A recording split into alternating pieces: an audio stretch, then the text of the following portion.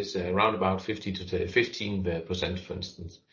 That depends on the product line. On AC, you have a higher dropout in the production. Some steering you have up to 50%, and I think calipers are right now also relative high when it comes to dropout, because we changed the structure in our production. So we actually accept a higher dropout to reduce the prices. Okay. Now a question more about the logic. You've mentioned then, okay, 100, then you have materials for 80. Do you try to rebuild a caliper from the same parts again, or are all the parts together supplied for manufacturing the remanufactured later on? Yeah, when we run them through the production, then we run batches of up to 50. And then they are dismantled, and the parts go for sub rebuilding, or for different rebuildings. Where we have the piston that are rebuilt on a side. We have things that needs to be galvanized, something needs to be water blasted, etc. So they are all split in the production. And then they come back, and then we can say, here we have excess spare parts, and some of them go to the warehouse so that we can fill in later on. And if, for instance, we are in need of 3 pistons to do the assembly for the last 3 calipers, then we add some new pistons to that particular batch. So we run the batch, and then we take the balance and say, what do we need to add to make it profitable, and where should we accept a certain rate? Okay. And when remanufacturing the calipers, I mean, you have the core, which is like the basis material for remanufacturing the part and kind of assembling this again. Are there any parts where you know you need new ones, you need spare parts? Yeah, we have what we call a bill of material on every different OE product, and we have a lot of parts where we say we have 100% exchange. So we say, for instance, bearing or rubber kits, rubber gaskets, these kind of things have 100% exchange rates. So we know for sure that when we start this process, then we need to have 100% replaced parts ready.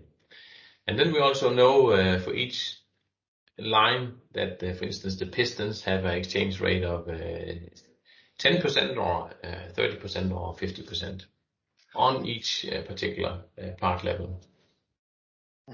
And who is in this case for the spare parts your supplier, and what are the relationships there?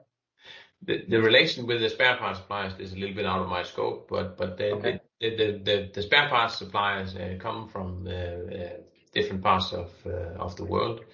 We buy a lot of parts from the Far East. Some of the suppliers are the same that also provides complete new finished goods. So there can be some few shared suppliers that they supply, for instance, complete calipers, but they also supply spare parts from the same calipers. And this is again like any other supplier that we have contracts with them, and they follow our code of conduct, etc. Okay. And then one last question regarding this kind of construct of the core return. You've mentioned that you have batches, let them into production, and then a certain amount of parts can be remanufactured from them.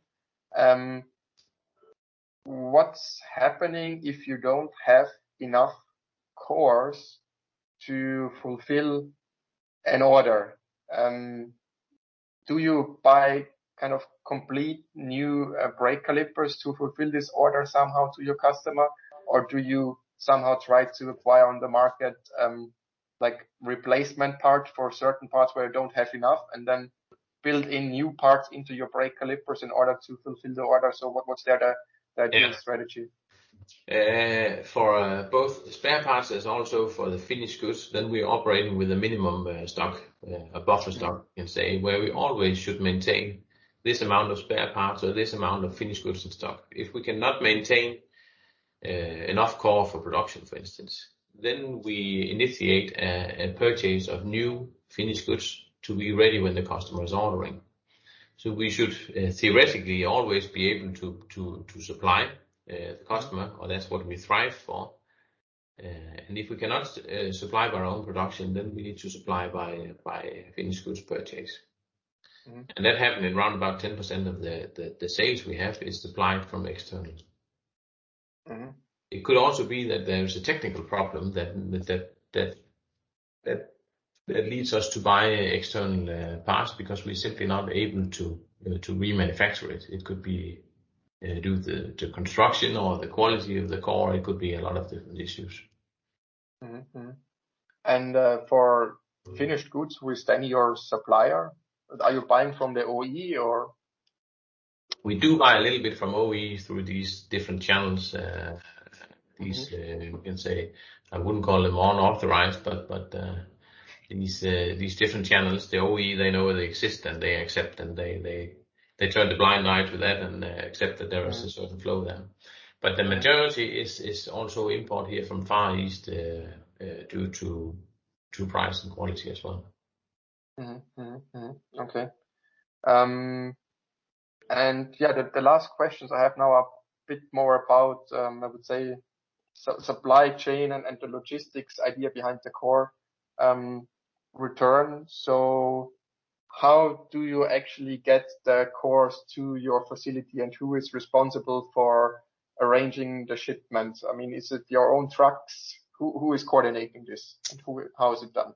We are mainly, nearly everything is collected by our own logistic department, both when it comes to finished goods, core, spare parts. I think it's more than 95% that are controlled by our own logistic end.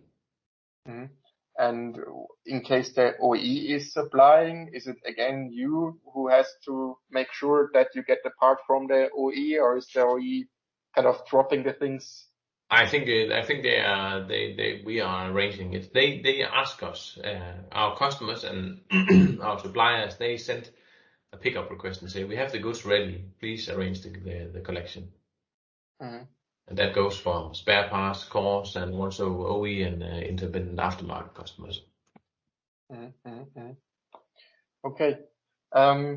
Yeah, that's it with my questions about the 4 topics which have been assigned to you by Lorenzo or whoever did the assignment. I think it was Lorenzo, yeah. So we've talked about the industry and the market to understand the position of Borg Automotive and the brake caliper remanufacturing. We've been talking about the customer and the customer relationships, where it was about this OE independent remanufacturing and the differences between them. And we've also been talking about the topic of core return, vertical integrations, from where to get the cores, and also how you get the cores to your facilities. Maybe one question about the warehouse. You've mentioned you have a warehouse with cores. So is the warehouse at the facility, or do you have somewhere a central warehouse where supply? The warehouse, the core warehouse, always linked to the production. So we have them on production in Spain, in UK, and Solothurn, and also in Dublin, where we have a core warehouse on every site. So that's always close to the production. It's very dynamic what is needed. Which part numbers are ordered can be very, very dynamic, and the quantities as well.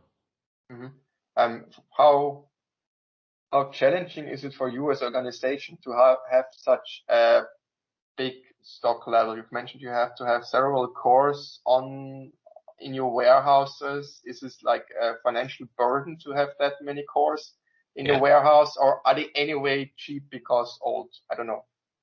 Yeah, the average core value is I think around about 15 to 20 euros across the range. Some are much cheaper. A lot of the calibers are cheaper, but it's in that kind of money we're talking about. The thing is that you have to be able to handle these kind of fluctuations. The fluctuations are very, very significant, even on the